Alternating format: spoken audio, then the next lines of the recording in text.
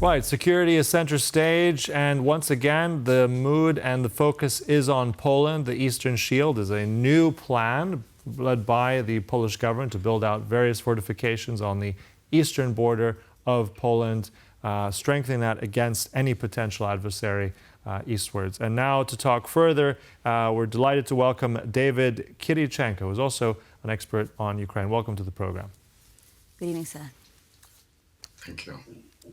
All right, so looking at what we know so far, I mean, we have, of course, Poland is not, this is not the first time that Poland has invested heavily in its military. It's not the first time it's looked east to strengthen the border walls. Now, this is now another plan to really build out further fortifications. What does that tell us about potential, any new threats? Has this always been on the plan? How do you interpret it from your position?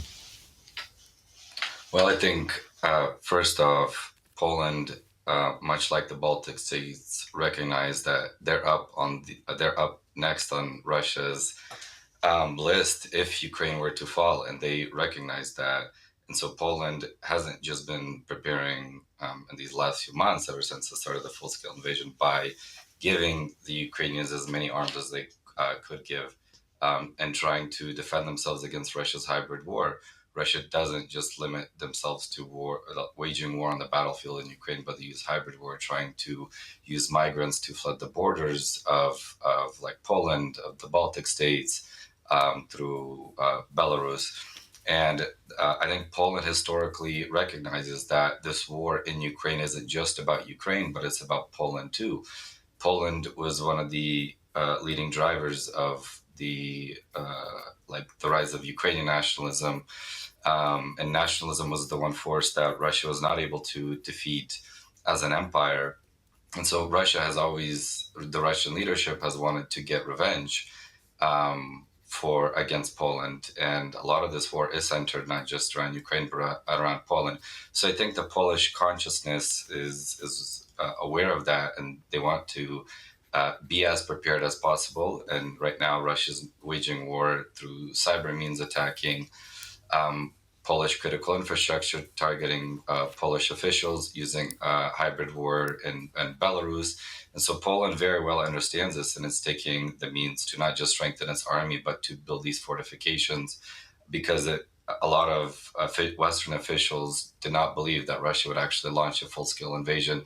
And so if someone were to tell you that there's a chance that Russia can wage a full-scale invasion against Poland and the Baltic states, perhaps now the dialogue might be, that's crazy, Russia would never do such a thing, whereas Russia has already shown the extreme lengths that it can go to. And so Poland is aware of this. I think it knows better than Western Europe, and it's taking the steps to make sure that Poland is defending itself and is prepared beforehand. You've mentioned infiltrating a country from within, and recently in Poland we had a case of 9 people being arrested on suspicion of sabotage, right?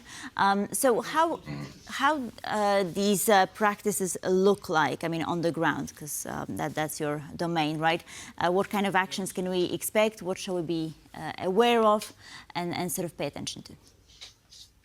Right. I mean, I think as the war continues to be somewhat of a stalemate, where the lines are moving, but not as drastically as before, Russia will look to exploit all avenues possible to gain an upper hand, whether that's through intelligence or sabotage. We're seeing a variety of cases in the UK and other European states, whereas Russia's hiring actors to go and physically sabotage like buildings, resources, and so Russia continues to get more and more aggressive. And so I would say, like, we shouldn't be surprised if more of these cases or intelligence infiltrations or acts of sabotage start to become more frequent, because just like Russia in 2008 invading Georgia, the annexation of Crimea, the more that the West does not take a strong stance against Russia,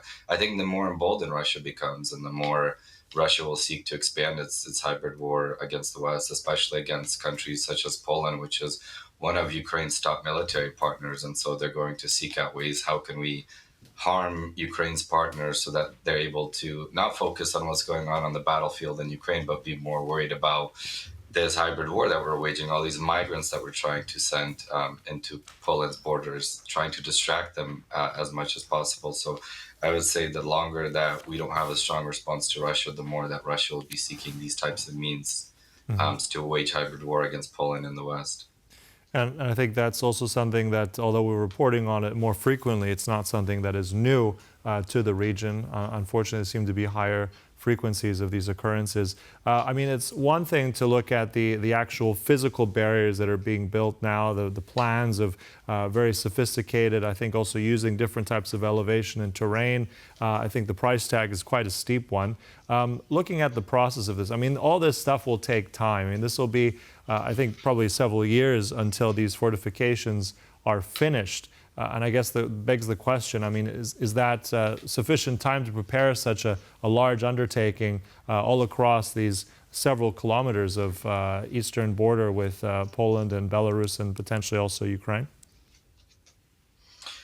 Of course, I mean, better for it to take a few years than for it to never happen at all. What Ukraine has showed is that, I mean, to be as prepared as possible, no matter the scenario, is the best case to be in. And so, while it is a substantial investment, I think it's better to be safe than sorry.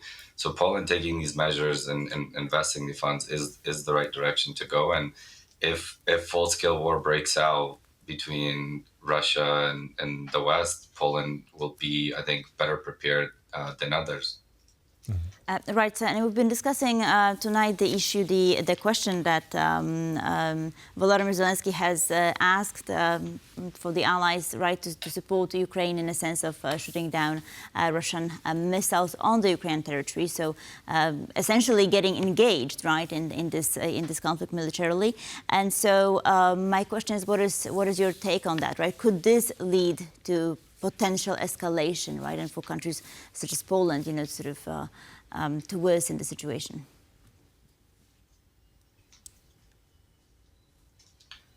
Well, escalation, I mean, technically escalation has been happening ever since the start of the full-scale invasion, whether that was giving Ukraine long-range missiles, tanks.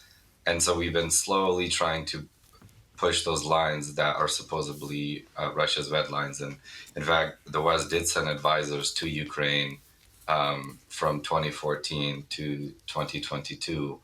And so really, as Zelensky was saying, what is Russia going to do to escalate the war? If it really wanted to drop a nuclear bomb, it would have at the start of the war, but it's not going to achieve the battlefield aims that Putin has. And so really, there's not going to be much of an escalation because simply there isn't much that Putin can escalate. If you send advisors and Putin tries to escalate with bringing the world to the edge, the trade-off simply isn't there.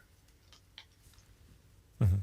Indeed, and I think there's so many issues. They said also on that nuclear front as well. I mean, we have to remember there are tactical nuclear exercises happening right now, I believe, by Russia. So again, more saber rattling, something to be concerned about, but also I think very much on the ground, looking at this eastern shield, what Poland is building up, very important. And as you said, always being vigilant. Look, we'll conclude it there.